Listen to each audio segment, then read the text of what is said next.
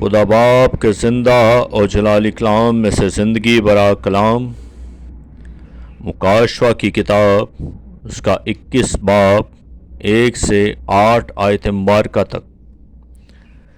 پھر میں نے ایک نئے آسمان اور نئی زمین کو دیکھا، کیونکہ پہلا آسمان اور پہلی زمین جاتی رہی تھی اور سمندر بھی نہ رہا۔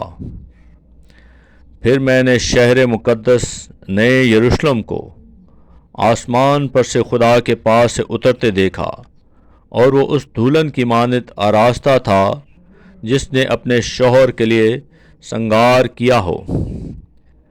پھر میں نے تخت میں سے کسی کو بلند آواز سے یہ کہتے سنا کہ دیکھ، خدا کا خیمہ آدمیوں کے درمیان ہے، اور وہ ان کے ساتھ سکونت کرے گا، اور وہ اس کے لوگ ہوں گے، اور خدا آپ ان کے ساتھ رہے گا اور ان کا خدا ہوگا، اور وہ ان کی آنکھوں کے سب آنسو پونچھ دے گا۔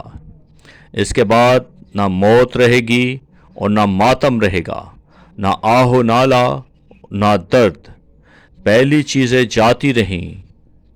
اور جو تخت پر بیٹھا ہوا تھا اس نے کہا، دیکھ، میں نے سب چیزوں کو نیا بنا دیتا ہوں۔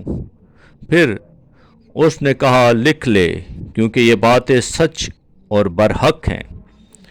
پھر اس نے مجھ سے کہا، یہ باتیں پوری ہو گئیں۔ میں الفا اور اومیگا یعنی ابتدا اور انتہا ہوں۔ میں پیاسے کو آب حیات کے چشمہ سے مفت پلاؤں گا۔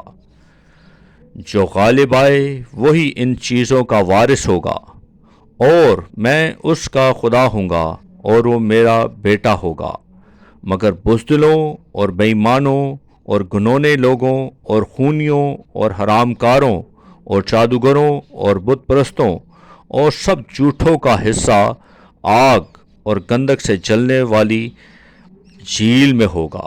یہ دوسری موت ہے۔ کلام کے پڑھے اور سنے جانے پر خدا ان کا شکر ہو، خدا ان کی برکت ہو، آمین۔